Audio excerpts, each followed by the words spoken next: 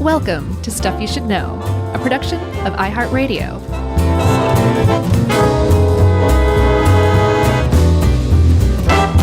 Hey, and welcome to the podcast. I'm Josh, and there's Chuck, and this is Stuff You Should Know. The Fairy Tale King edition, I guess. Yeah, the one and only. It's the best I could come up with. I love stories of allegedly mad kings. Mm-hmm. I've spoken before about The Madness of King George, the great film. Sure. And I'm surprised no one's done a movie about this character. I am too, as a matter of fact, because even if he's not that well known, and he's pretty well known, Yeah. his castle is certainly extraordinarily well known. Sure. Which one?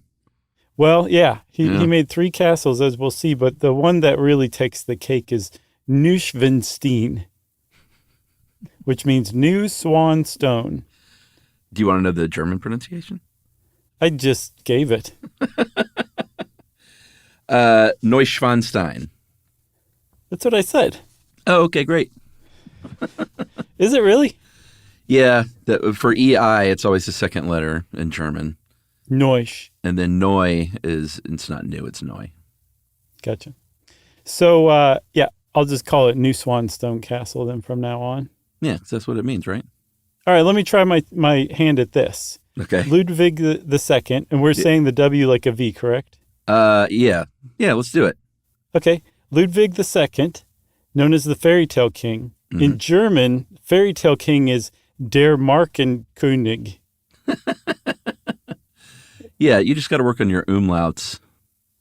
I thought I nailed it. What is that one then? I think that would be Märchenkönig.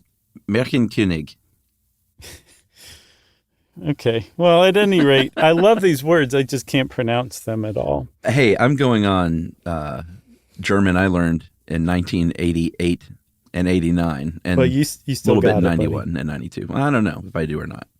So as we'll see, even if you haven't heard of Ludwig, he is a really appealing character in history. Yeah. He was a real life character, but I think he kind of taps into this universal desire that everybody has every once in a while, or some people have more than others, but we all face times and circumstances and consequences that make us just want to turn away from the world, mm-hmm. turn inward into a fantasy world of our own making where we can be happy. And most of us don't go actually do that. Ludwig II did just that because he had the opportunity and he had the means to do it. And I think in that sense, he's appealing in a lot of ways. Plus, he's a deeply tragic, romantic figure as well. Yeah. As they say, it's good to be the king, right? Sure. In his case, for a little while at least. Well, actually for a long while. He had a nice run. He did, 20-something years. But let's set up the stage of kind of what was going on when he came about in southeastern Germany, mm-hmm. What was known as Bavaria. And they still call that area Bavaria. Did you like that? It did. But back then it was just Bavaria. It had its own, it was independent. And it had its own taxes and it had its own constitution. But it was surrounded by just a lot of upheaval in Europe at the time. Right. And when he was born to Crown Prince Ludwig II, he was born in 1845. I'm sorry, that was his name. He was born to King Maximilian II. Right. And Marie of Prussia had a brother named Otto who suffered from mental illness, looked like probably schizophrenia. And his aunt, Princess Alexandra, also suffered from some sort of mental illness because she believed, one of the things she believed, that she had swallowed a piano made of glass when she was a kid, and she was protecting it. And if she moved the wrong way, it could shatter. And the reason we bring those 2 cases up is because Ludwig's own mental capabilities would be questioned later in life. And so you obviously look to the family a lot of times and say, hey, he also had this in his bloodline. Yeah. I had an uncle who thought he was St. Jerome. Right. So Ludwig was born into, like you said, this really strange time or time of turmoil geopolitically. And like you said, Bavaria was an independent state. It was a kingdom. And it was one of the last kingdoms in the area.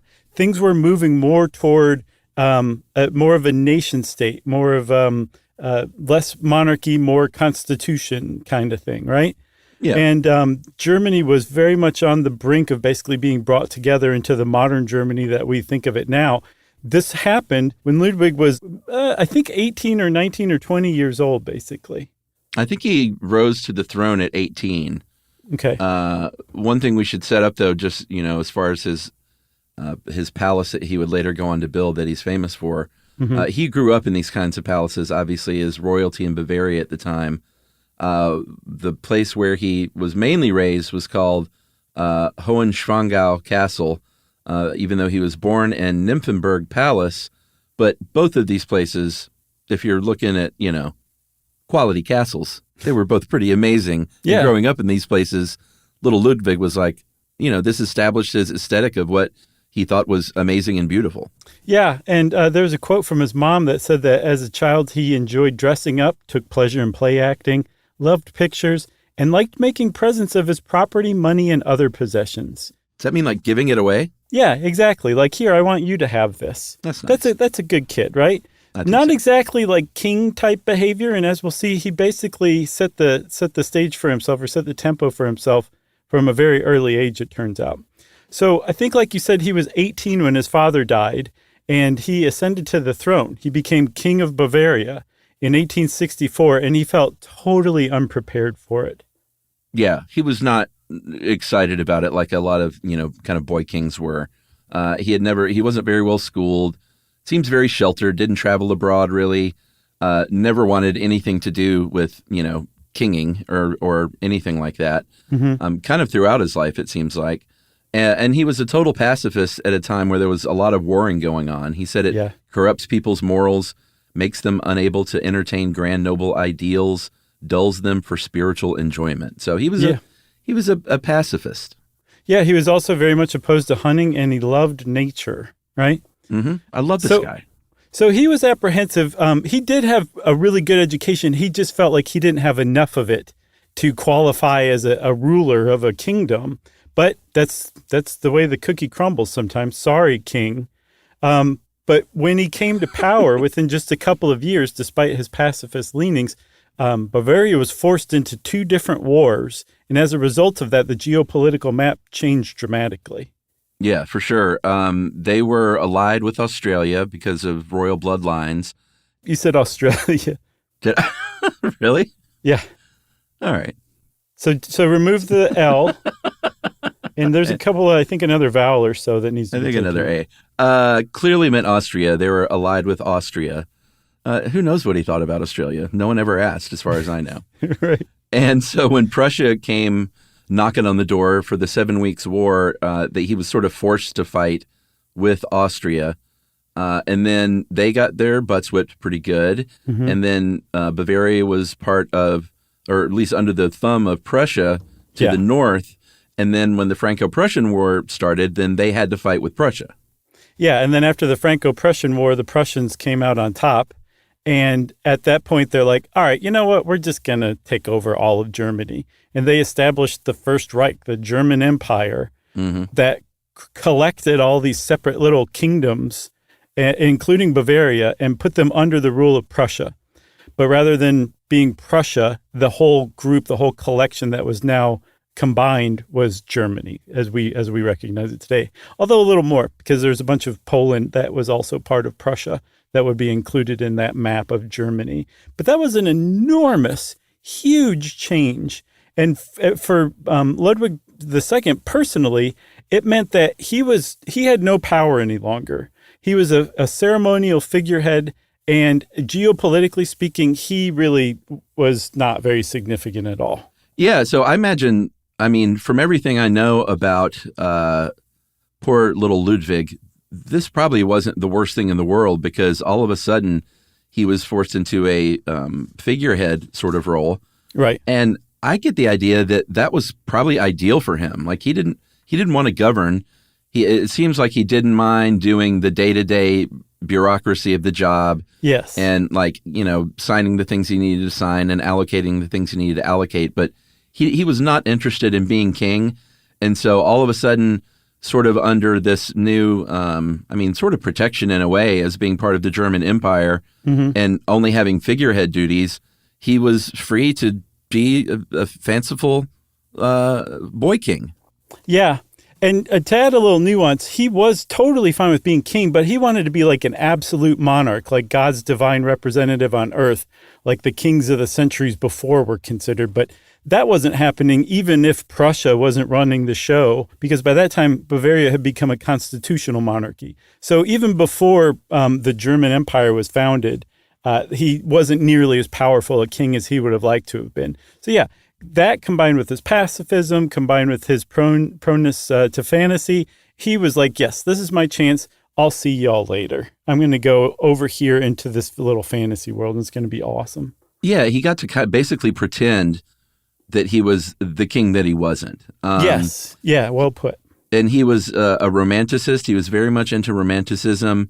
That's something that had already come and gone. But just like so many teenagers are obsessed with the generations before them, he loved the literature and the art of the movement. Obviously, Romanticism was all about emotion and art and vast imagination and history. And so all of this sort of wrapped up in this idea that he was like, all right, well, I'm going to pretend like I'm Louis XIV, and basically sit around all day and fantasize. Right. And then also really importantly, one part of Romanticism, the architectural part of it is called historicism. Yeah. And it's basically a nostalgic return to past architectural styles, but rather than going for historical accuracy, you go for idealization or improvement. So it ends up being like this fantasy version of what used to be. Yeah, more gilded things. Exactly. That totally jibed with how Ludwig liked to live and think. Should we take a break? Yeah, let's. Boy, this one's been densely packed so far. Yeah, there's a lot of geopolitics, a lot of architecture, historic movements. What else? Yeah, that's about it. Oh, okay. Pronunciation. Yeah, don't forget that. All right, we'll be right back.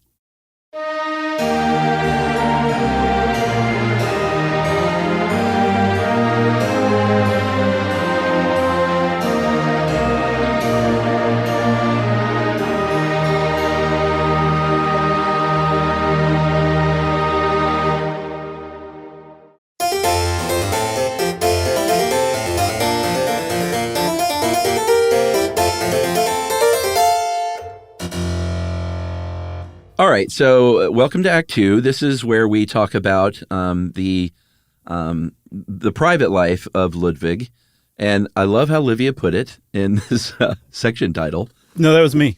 Oh, that was you? Yeah. Oh, that sounded a little bit like Livia, but now I see Josh all over it. Okay. Was Ludwig gay? Yes. Yes, he was. And that's the deal. Ludwig was a gay man, a gay king. He was sort of arranged to be married to his 22-year-old cousin, Elsa, who was a duchess in not Australia, but in Austria. And not surprisingly, he did not go through with that wedding. He blamed it on the father-in-law. And that was just the deal. He bestied up with Elsa's sister, Empress Elizabeth, and they were peas in a pod. Yeah, they both had a disdain for war and violence. They both loved classical literature. They both liked their solitude. And so much so that Ludwig, when he had his birthday parties, most of the people who were ever invited were the people who already worked for him, like his attendants and servants. They would dress up and come to the parties as guests. That's how much of a loner he was, and he liked it that way.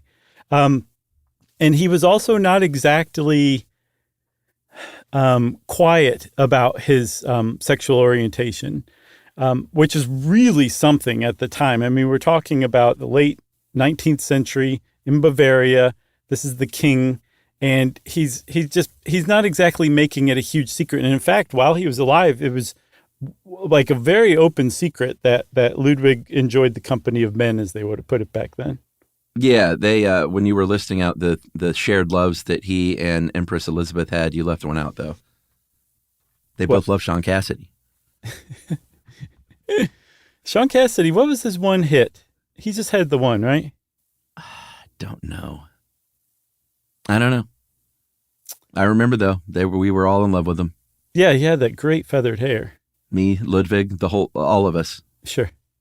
So, like you said, his relationships were it was sort of like one of those open secrets when he had fixers, he was the king. So when something happened, people would clean up after him. I think there were men in the stables that he was very fond of and perhaps had, physical relationships with. One man named Richard Hornig, who would eventually be his private secretary. And there was also a groom named Karl Hesselschwert, who was sort of his traveling valet and apparently wingman, because would help him find sexual partners. Right. But anytime something like this would happen, and it got to, sort of the rumors became widespread, like people would just, and I was about to say people would disappear. They wouldn't like have them snuffed out or anything, but right. People would be relocated with other jobs and stuff like that. Yeah, and we know all this because he wrote a lot about this in his diary entries. And from what I gleaned from it, he would basically pull out all the stops for his dates. Like there'd be champagne and candles and gifts and stuff like that. Bottle service? Yeah, basically. You got to do it. Yeah. But also in his diary, very sadly, he was a devout, very pious Catholic. Yeah. So he had a lot of inner turmoil, but that he was conflicted between his religious beliefs and his sexual orientation. And so in that sense, that's like just one leg of the stool that make him a tragic figure. Yeah, absolutely. One thing that we aren't as clear about as far as relationship goes is his relationship to composer Richard Wagner. He was a big, big fan of Wagner since he was a little kid. And once he became king and had means, he found Wagner sort of on hard times financially and was able to basically say like, hey, I love your music. You're not doing too well, so why don't you let me financially support you? Yeah. And you'll kind of just be like my private entertainer. I mean, you can still go on and make your great compositions, but you can also do these private operas and private concerts here in the court. And it was a mutually beneficial relationship for both of them. Yeah, he was considered, Ludwig was considered one of the great patrons of the arts of the 19th century. And he actually made Munich, which was the capital of Bavaria, essentially the music capital of Europe during the time. Yeah. And to give you an idea of like what people who were into Romanticism, what they talked like in their letters back then. Yeah. There's a really great quote about Wagner that he wrote to, I think, his mistress, who would eventually become his wife, Cosima. He said, "He is unfortunately so beautiful and wise, soulful and lordly, that I fear his life must fade away like a divine dream in this base world." That's great. Yeah. So this is what he's writing to his wife about this new patron he has. And Wagner was into women. He had a long-standing affair with the woman, like I said, who would become his wife. But if you read some of their letters, and even taking into account that people expressed friendship much differently than they do today. Yeah. Between men especially, even taking that into account, like the flowery language they would use and just the desperation they would have at being apart, it's still not 100% clear what all went down between Wagner and Ludwig when it was just the two of them hanging out in a castle. Yeah, for sure. There was one quote that Wagner wrote, I think, to Ludwig, right? After they had been, in each other's company, he wrote this: "How can I find words to describe you, the magic of this hour? I am in your angelic arms. We are near to one another." Mm-hmm. So, that reads as, possibly something happening there. And I'm certainly no expert, but was it this you or Olivia that found the LGBTQ history writer? Olivia found that guy. Yeah, it's a guy named Richter Norton wrote that their relationship was almost certainly physical, though not necessarily genital. Mm-hmm. So, I mean, it seems like if that's correct, or if that, he's it's a supposition, but if that's correct, then it may be the case of a young, wealthy patron who is around his idol, and the idol maybe, giving the patron just some extra time and affection to stay in the good graces and to stay funded. Maybe like who knows what happened behind closed doors, but that's at least Richter Norton's take. Yeah. And ultimately, it doesn't matter what happened. I think the point is that Ludwig was a gay icon before there were such things as gay icons, and he still is today. It's just palace intrigue, basically. Yeah, exactly. So from the moment Wagner showed up or was invited to court through Ludwig's death, he was supported by Ludwig financially, and it's pretty widely agreed that had Ludwig not supported Wagner, he probably would not have been able to create a lot of the compositions that he came up with. Yeah, for sure. So in that sense, Ludwig II gave the world a lot of Wagner's later work. And if you're familiar with Wagner and his Germanic nationalism, he was also an anti-Semite. And one of the cool things about Ludwig is he objected to his friend's anti-Semitism. He didn't just turn a blind eye to it. Oh, nice. Yeah, he was a great guy. The more I find out about him, the more I just love him. Totally. So the other thing that he was really into, like we kind of mentioned earlier, was architecture, especially Romanticist stuff, sort of Byzantine influences and Roman kind of stuff. Right. Byzantine is Roman, I guess. But he loved to build things. He loved to take on these big projects. Even though he did not hunt and was against it, he built a lavish hunting retreat. He built these 3 palaces that you mentioned earlier, and the UNESCO World Heritage Sites had this to say of the palaces. The monarch created artificial alternative worlds in which he could immerse himself in far distant places in past eras. Their main function was to simulate literary and ideal fantasy worlds as realistically as possible using architecture, art, and technology in order to produce an all-encompassing experience, a perfect illusion. Yeah. That says it all. I left it out of this quote, but it also goes on to say he was also a really big fan of Australia. Right. So they said something, UNESCO said something, they used the word technology. And that was part of that historicism, that you took something that you loved about the past, but you improved it, you made it better. And part of that was using modern technology. And Ludwig was an eager, enthusiastic early adopter of new technology, in particular electricity. And he was using this stuff in the 1870s. It's worth pointing out, Edison did not invent the light bulb, but he did produce the first best incandescent light bulb. That wasn't until 1880. Ludwig was already using light bulbs and electricity in the decade before that. Yeah, and using them as every lovely outdoor cafe does with like string lights. He had a artificial cave, and this is at Linderhof Castle. Right. He had an artificial cave in a lake which had these colored lights everywhere. He eventually would build a recreation of Versailles on a lake island. I believe it's called, this is a tough one. Heron Shimisi Palace. But that was can't be it. What do you think it is? I don't know, but that sounds like a town along the Mississippi. It didn't sound German at all. Well, it doesn't look German. I don't think it is German. I think it is. Heron Himsi? I don't know. How would you say it? I think I liked what you just said. I'm just going to stick with that. I'm not attempting it. I'm just making fun. That's all. Oh, okay. Nice work. Thanks. That was never finished, but they did finish some sections. But his most famous, the one that we're going to kind of focus on, is you want to try it again, tough guy? New Swanstone. Neuschwanstein Castle, which, I mean, you got to look this thing up. It's unbelievable. I say we take a break and then come back and talk about Neuschwanstein. Stein. Man. Stein. No, it is Stein. You're right. Oh, now you're just confusing me. We'll be right back.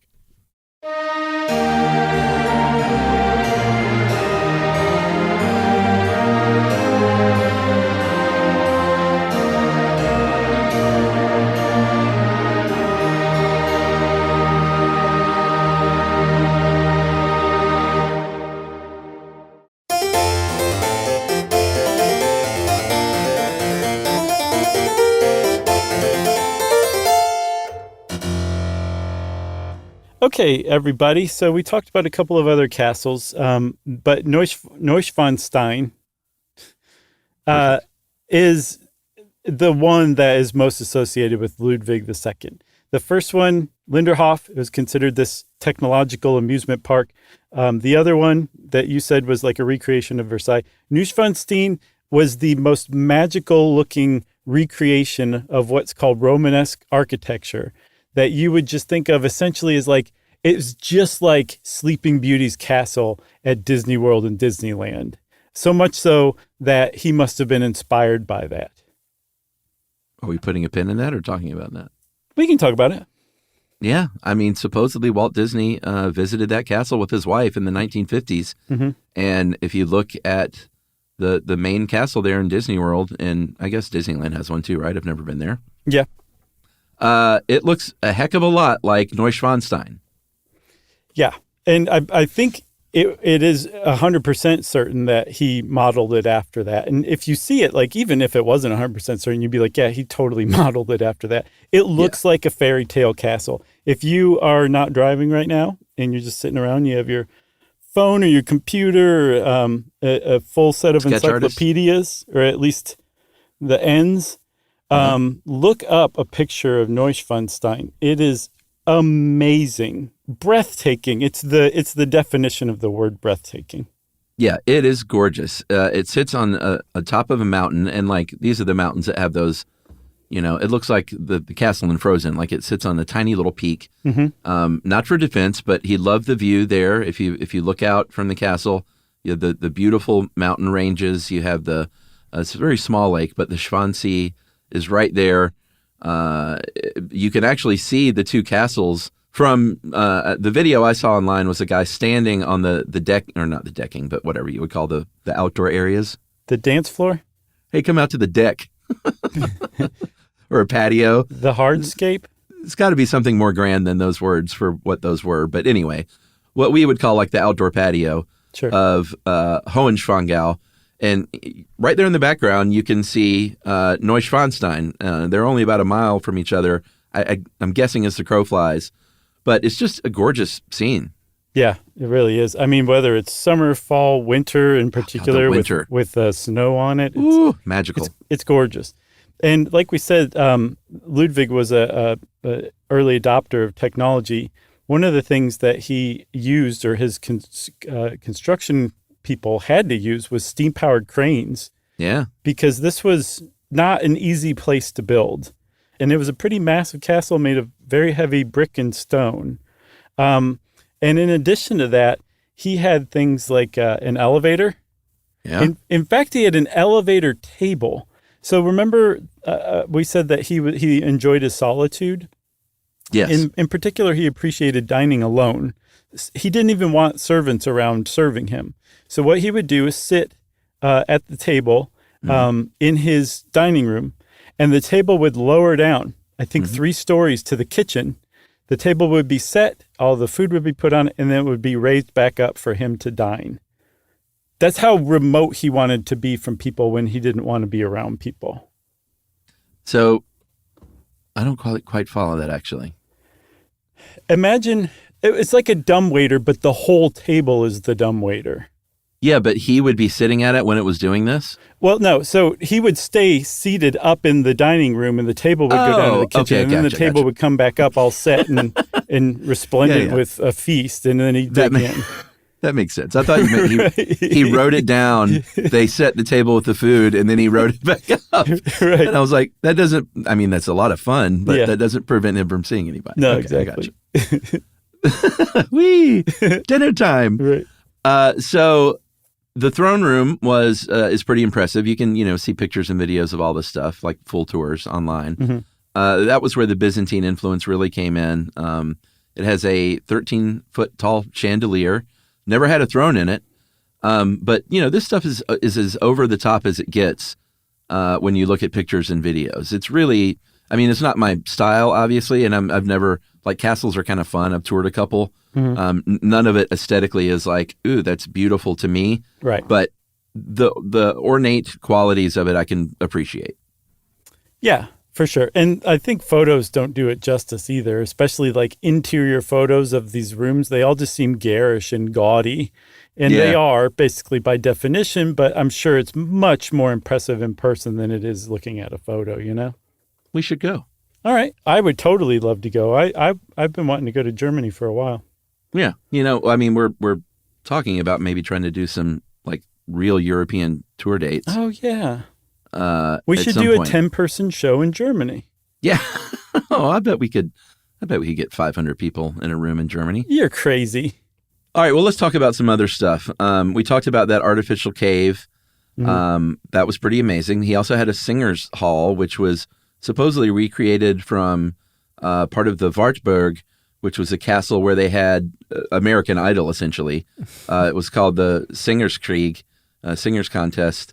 In 1207. Yeah, which is right in the wheelhouse of when this fantasy era would have taken place, the High Middle Ages from about 1000 CE to 1300 CE, right? Yeah, totally.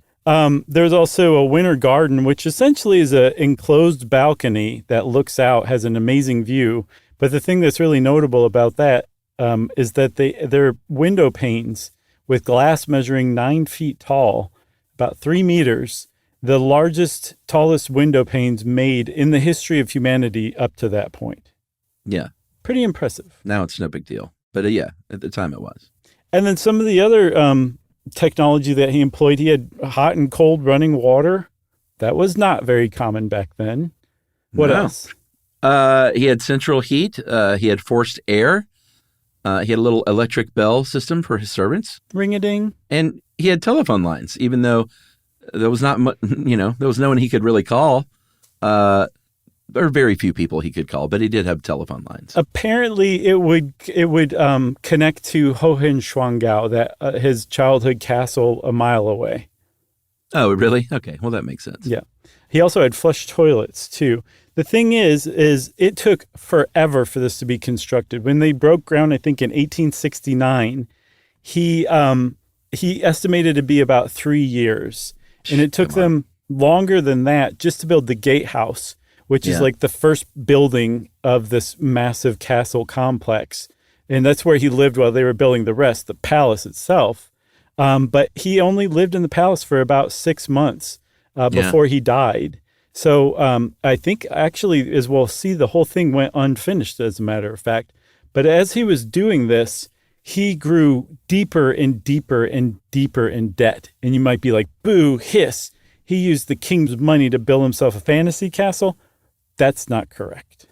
No, he did not use public monies. He just went into debt and traded on his family name, securing loans, against that royal family name. He also got a loan from Otto von Bismarck of Prussia, who, helped him out when he could, including vouching for him, as we'll see later. But he just, he was obsessed with these projects. He kept building these projects. He started another one about a year after Neuschwanstein, which, like you said, wasn't even close to being done. And they were like, all right, this is enough. We need to get this guy out of here. And this was all like kind of the quiet talk, around the court. Right. And, it seemed like by all appearances, he was still doing the bureaucratic work of a king. Like I mentioned earlier, he was not so interested in the public sort of warring type of stuff and being a big public face. He liked to hide away, but he wasn't like just laying around in a dream world. Like he would keep up with the paperwork and stuff like that he had to do. But that wasn't enough. They wanted him out. So in March of 1886, Prime Minister Johann von Lutz hired Bernard von Guden, a very prominent psychiatrist who had already been treating his mentally ill brother, Ludwig's mentally ill brother. And instead of, and this guy seemed like a good guy. Like he was against restraints and violence, and he wanted to treat patients with dignity and respect and allow them freedoms and stuff like that. Yeah, very progressive for the time. Super progressive. But he did not actually examine the king himself. He talked to people around him, sexual partners that he had and stuff like that, took into account the family diagnoses here and there, and came up with his own diagnosis, right? He did. And to be fair, von Guden wasn't the only psychiatrist or psychologist who was tasked with preparing this report. But he was the most prominent. And in fact, he became Ludwig's personal doctor, I guess personal psychiatrist, essentially is what it came to. So 3 months after he was tasked with this, they released this report and they diagnosed Ludwig with paranoia, parentheses, madness. Yeah. Essentially saying he probably had something like schizophrenia. And then one of the other things about that report is it touched on, but apparently didn't mention explicitly. I hadn't read it, so I'm not quite sure how they put it. But it was definitely in there in not direct terms, the fact that he was gay, a gay king, right? Right. And so I'm sure that by itself, like basically a report from a psychiatrist saying this, would have been enough. But the impression I have is it was really the public funds and being indebted to families from other nations, von Bismarck. Like that's a big deal, right? And then if the creditors came after him, he's like, I don't have any money. Ultimately, they're going to turn on Bavaria. And I get the impression that that was what really got them the most, right? And what they were trying to protect against. So 3 days after that report comes out, they showed up at his doorstep and said, you're under arrest. Freeze, sucker. Yeah, they brought was it Pam Grier? Yeah. No, they didn't say sugar. Oh, okay. Yeah, I guess that would have been sugar.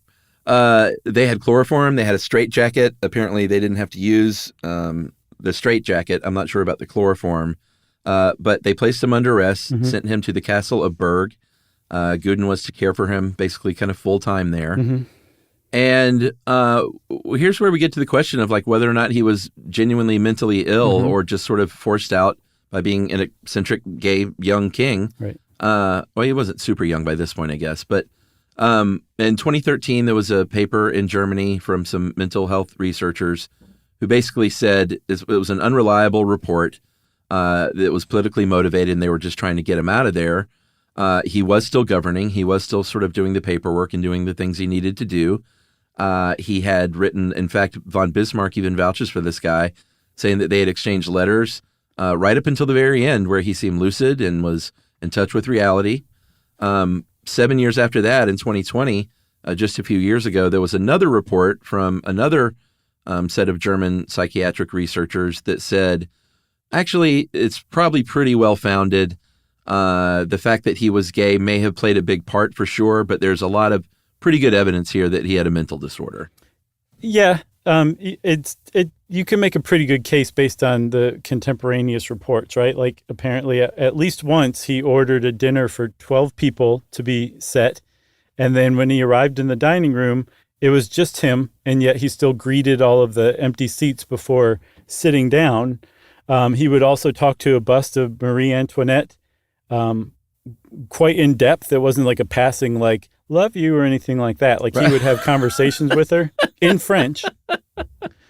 He also, and this is something, he would speak at a fast pace with different ideas, mixing together hallucinations and delusions. Yeah. That's a big one, right? What else?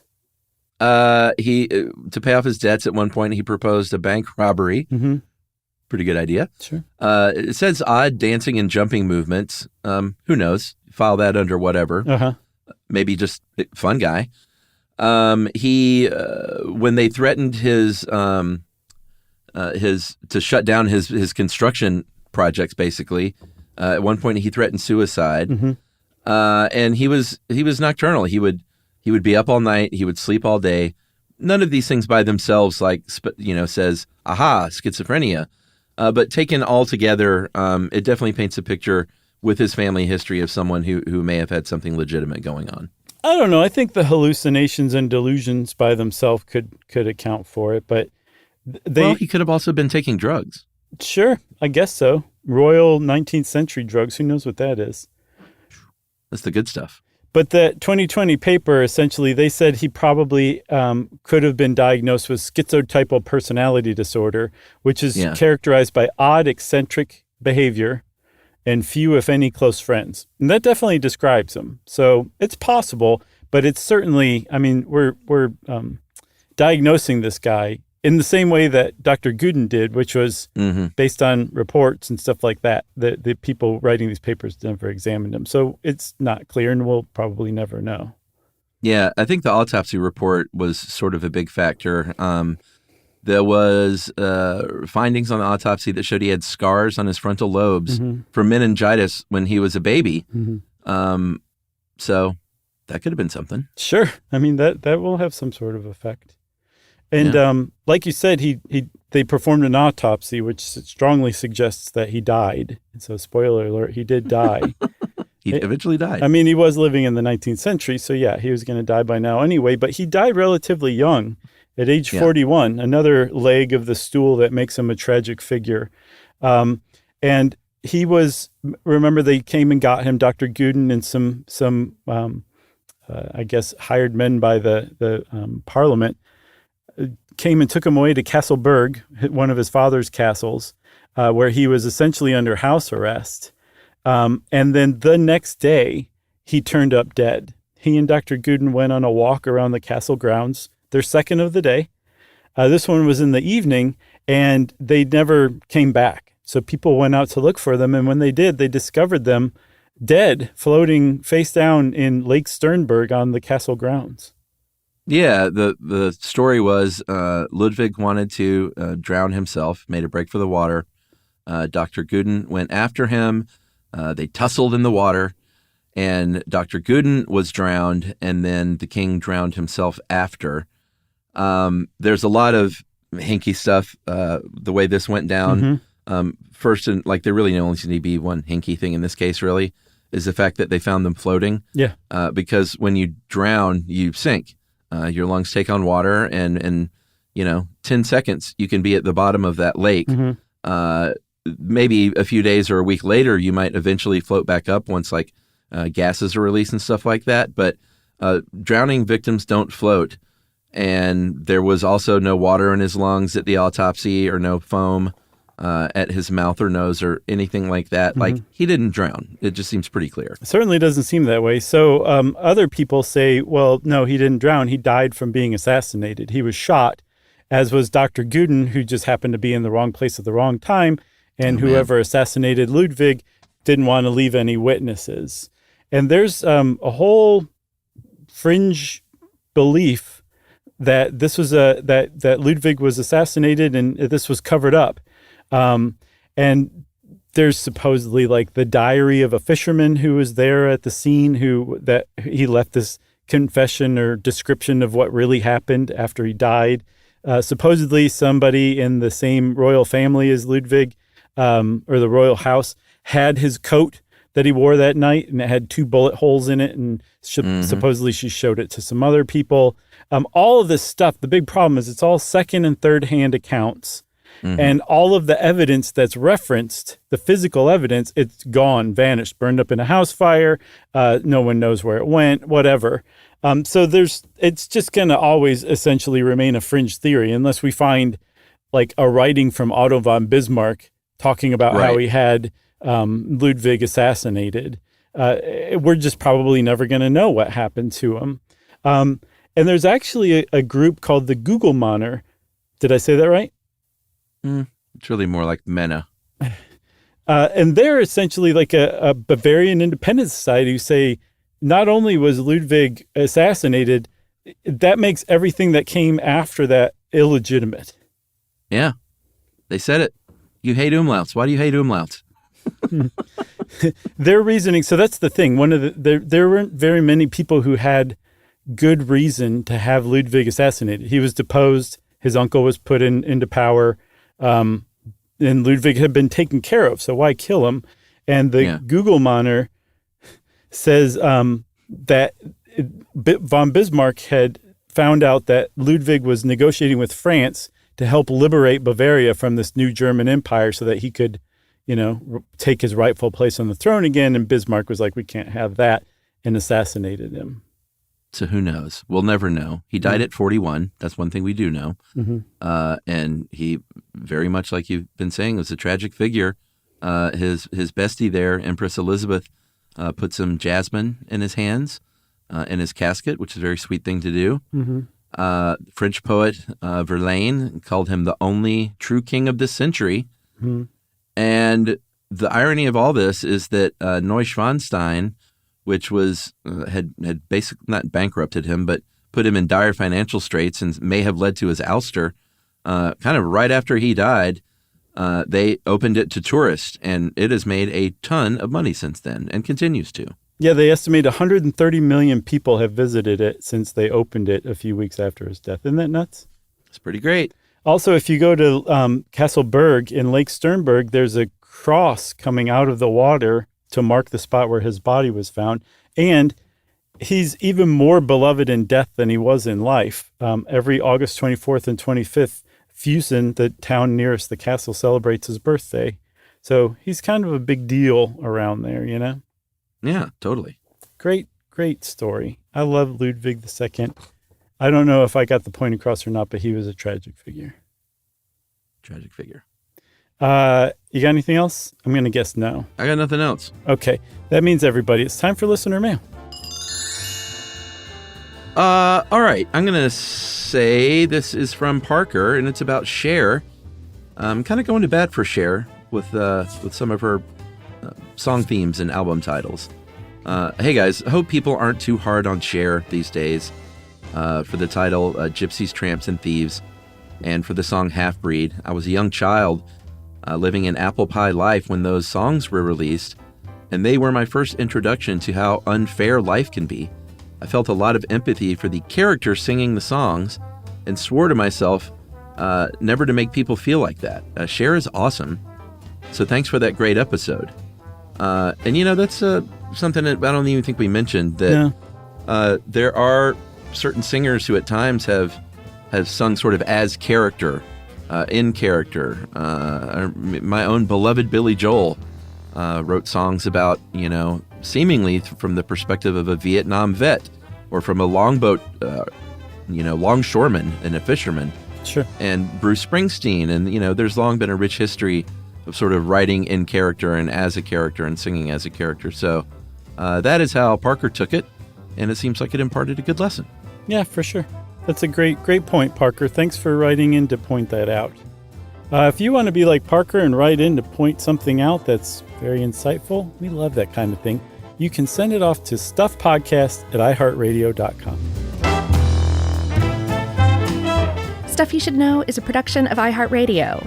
For more podcasts from iHeartRadio, visit the iHeartRadio app, Apple Podcasts, or wherever you listen to your favorite shows.